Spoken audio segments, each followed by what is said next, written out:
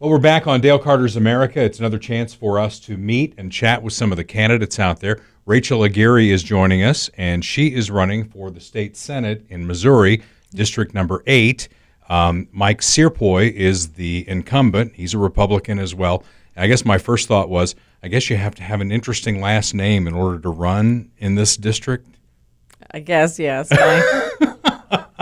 Because I still don't know if I'm saying Searpoy right, but I am saying Aguirre. Yes. That is absolutely correct. All right. So that's a Republican district. It's going to go Republican any way you slice it. But you're one of 3 folks who's running for the nomination. And I guess my first question, anytime that there's a primary like this and there's an incumbent, why are you running? What do you see in Mike that he's not getting done necessarily? What's the reason for your candidacy in the primary? We'll get to the general later, but in the primary, why are you running?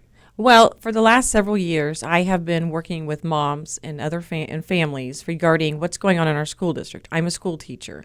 Last year, I went before the school board and I said I will not be teaching my kids that they are oppressed or oppressors based on the color of their skin. I believe that every child that comes into my classroom deserves this same quality education, and I believe that for all students. And so what I found was a lot of parents are seeing that our school districts have moved away from educating our children to indoctrinating them. And we're losing teachers at the same time at a mass number because of this push of indoctrination versus just education. So I've been with these moms. We have gone to the school board. We've gone to our legislatures. We were unrepresented as a representative. We had none for the last few years in what used to be the 34th district. And I've been there with the moms when they have approached the incumbent regarding things that are concerning. I also felt, based on my own observation, that they were disregarded.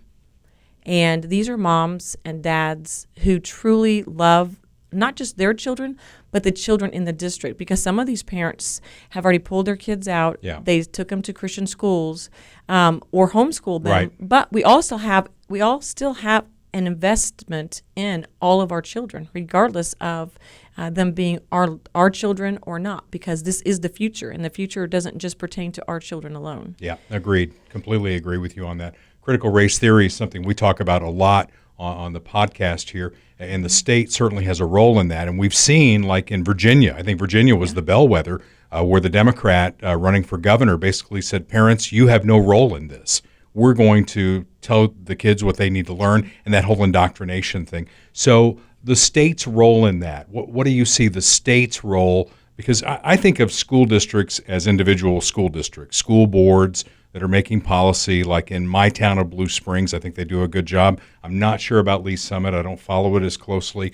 But the state has a role as well. What do you think the state role is? Well, we just had a bill come out for the Parents' Bill of Rights in Missouri, and we have a Republican House, Republican Senate, and a Republican governor, and we could not even get that passed. That makes no sense. So that it doesn't make sense, because parents are just asking for the right to be able to know what is going on with their children. And as we have seen more and more, we have these school districts that are now, we have over 200 school districts in the state of Missouri that have policies that you do not have to inform parents of conversations that you have with their children, and you do not have to ask for permission. So the schools are taking away the rights of parents, and there in that lies the problem. And so as legislatures, we need to be able to pass rights, making sure that we support and defend the rights of parents to make decisions for their minor children. And that's their education, their medical, all of those areas that a parent must be responsible for. And so as legislatures, we are being forced now to do this, which is absolutely ridiculous, because we shouldn't have to. This should be a common sense parental right issue that should be automatic for all of us. By way of biography, you said you teach. I'm a teacher. Tell me what you teach. Well, I'm a special education teacher. I went into special education because I have a brother with Down syndrome. So that's what was my drive to become a teacher. Currently, I work with kids in the Jackson County Family Court. So we contract with the Jackson County Family Courts. I work with young men and women ages 12 to 18 throughout the whole district that have been incarcerated. Right. But they reside at the property, and then we go onto the property and we teach. And I've loved it. I'm going on my 8th year, and one reason why I love it so much is because I feel like I get to be part of the solution. So many people look at these kids and go, "Oh, there's no hope for them." Well, I don't believe that, And I ask the Lord to help me to see my students the way He sees them. And I know that He has already declared that He has a plan and a hope for their lives. And my job is just to educate them to the best of my ability, to help them to get to that goal in life, and let them know that this is not their destiny. And I tell my students that your destiny is not today. Your destiny is what you dream and what you work to achieve. So I hope to be that inspiration to my students. One of my sons, my youngest, I think we even talked about this on the phone, has Asperger's. Mm-hmm. And, back in the day, he would be clumped in with all of the other special ed kids, and it would be like, okay, we're going to put them down the hall and not even worry about them anymore. And his dream was to be an airline pilot, and Asperger's didn't hold him back from that. Being colorblind held him back from that. So now, he went to college to learn how to work on big jets, and that's what he does. He works at an airport in Atlanta, and he's following his dream. So the Blue Springs School District did that, and I know you're probably doing great things in Lee Summit as well. Speaking of schools, obviously in the news, we're talking about school safety. School shootings are happening coast to coast, it seems like, where disturbed people are going into school, somehow getting in and causing mass casualty incidents happening. I don't know that we've had that happen in Missouri yet. And I hope we don't have it happen in Missouri. But if you're elected to the state Senate, you're going to have a role in that. How do we keep our kids safe when they're in school? Well, I believe, first of all, part of helping our kids be safe in school is the mentality that we have as a society. We have devalued life. We have no accountability for people who do commit crimes. But as a legislature, first of all, I'm going to defend the Second Amendment at all costs. The second thing, in order to keep our kids safe, we have to start using some common sense. We have retired police officers. We have retired veterans out there who would be more than willing to help if need be, to stand guard, to secure our schools. And those are the areas that we need to start taking the people that can provide those opportunities, provide that safety, and start using them. And why would we not want to use the people who have defended our own country and our own cities to defend our children? So as a legislature, I would not go against any gun laws or I would not promote gun laws. I am all about the Second Amendment, but I do know that we also need to make sure that we are protecting our children at all costs and without going against our constitutional rights. Yeah. Well, that's what we talk about a lot on the podcast as well. In fact, we're going to do a whole episode on it again. It feels like we're saying the same things over and over again, but the debate is what the debate is, and there are those who say, well, we just need one more gun law. Man, if we had one more gun law, we'd never have a school shooting again. And on our podcast, we say, how about we harden the schools and protect our kids like we protect our politicians? Exactly.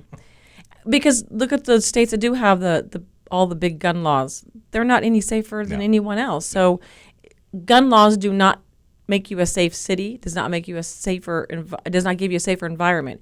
People who know that someone else may have a gun to defend themselves is going to think twice before they pull a gun out.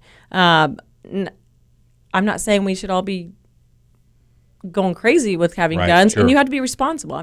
Owning a gun is you have to be responsible for having a gun. You do. And using a gun and knowing how, and the training is important. When I decided to, for example, start carrying a gun, I made sure I went to an 8-hour training to make sure that I was okay to be able to carry a gun. Did I feel comfortable enough? Did I feel I could be able to defend myself?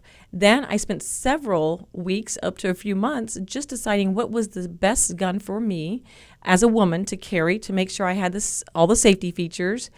And then I had to practice just carrying a gun with and without it being loaded. And so, with those rights come responsibilities. Indeed. And that's in all aspects of life. All right. So anything else? I mean, we've talked about education and school safety and all that. Is there another pillar of your platform that you want to make sure that we get to here on the podcast? Well, education is my main platform, just simply because of the fact that what we teach in the schoolhouse is the path that society goes down. You look at countries that have become communists. You look at Nazis. They didn't start with the adults. They started with the children. They went in and they infiltrated and indoctrinated the children. And that's what we are seeing right now.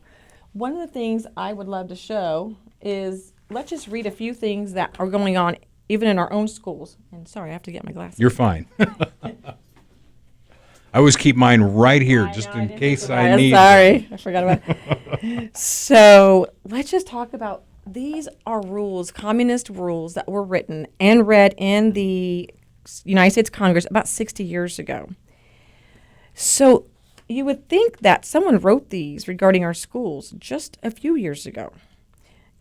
Number 17 rule says, get control of the schools. Use them as transmission belts for socialism and current communist propaganda. Soften the curriculum.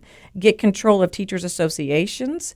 Put the party line in textbooks. We see that right now. I know in our district we had a middle school teacher that was actually teaching a history book by Zen. Well, Zen has already said, he is a prominent communist, Marxist. And so we're already getting that put in our schools. Gain control of student newspapers. Use student riots to foment public protests against programs or organizations which are under communist attacks. I mean, this is literally full of rules, communistic rules, that they want to happen in our schools to get control of our children, to change the whole mindset of society, to go from a free republic to a communistic country. And so we have to, when I look at the education system, I'm not just looking at right here, right now, but where is this taking us? Yeah. And parents who are fighting against what is going on in our schools, where is that taking their children? Because it talks about valuing life, valuing other people's beliefs, our constitutional rights. And then more importantly, it's anti-God. We're starting to teach about anti-God, anti-American, anti-freedom rhetoric in our schools, all in the name of maybe safety. And that's one of the issues I have with the whole gun control, is that we, the government, are going to get bigger by taking control of your rights. And that's the problem. Look at our own budget here in Missouri, $49 billion. 2 years ago, it was $29 billion. We have literally increased by $20 billion our own state budget. And yes, it's federal money, but what is that saying? We are giving our rights as a state away to the federal government. We are. And legislatures need to stop pandering to the federal government, and we need to start going, we don't need you. We will make this decision. We will do this. We will use accountability for the government, the state government, and for each other. We will use common sense. I mean, what happened with common sense in our society? It has gone out the door. Our state legislatures need to get back to accountability and common sense into humanity, getting back with the whole liberty, life, liberty, and the pursuit of happiness for our citizens. Well, real Republicans would be a help. As you pointed out, both houses controlled by Republicans and a Republican governor, and a lot of this stuff is still going on. So we wish you the best of luck. Thank you. How can folks read more about you? Well, my website is rachelformo.com, and my name is spelled RACHLFORMO.com. And so my website's there. You can also, from there, you can go ahead and contact me. I'm on my Facebook page, Rachl for State Senate. Yep. Rachl Aguirre for State Senate. And the primary's coming up August 2nd? August 2nd, yes. I'd appreciate your vote, financial support, anything. It's time for us to take a stand. Shame on us for not doing what we should have already been doing as parents, as educators, as a society in general, to protect our children. So shame on us, but now's the time for us to stand up. People need to go to their school board meetings. People need to go to their city council meetings. People need to go to their state legislatures and say there's something wrong. And so that's our duty as citizens, and we need to do that. And the church needs to start standing up and needs to take more of a voice. This whole separation of church and state is baloney to me in regards to they want to pick and choose when that benefits the government. But the churches need to start standing up and start taking a stand against what is truth, or taking against about what is lies, and speaking for the truth, because this is our future. Yeah. Well said. Thank you. Well, America took a major left turn last November because, Orange Man bad and the guy in the basement was going to bring back normalcy. If this is normal, I don't think we want it. No. And so I think America is engaged. Certainly parents are engaged, and that's a lot of your audience in running for the state Senate. So we wish you the best of luck. Thank you. And we'll be following your race. All right. Appreciate it. Thank you. Thank you so much.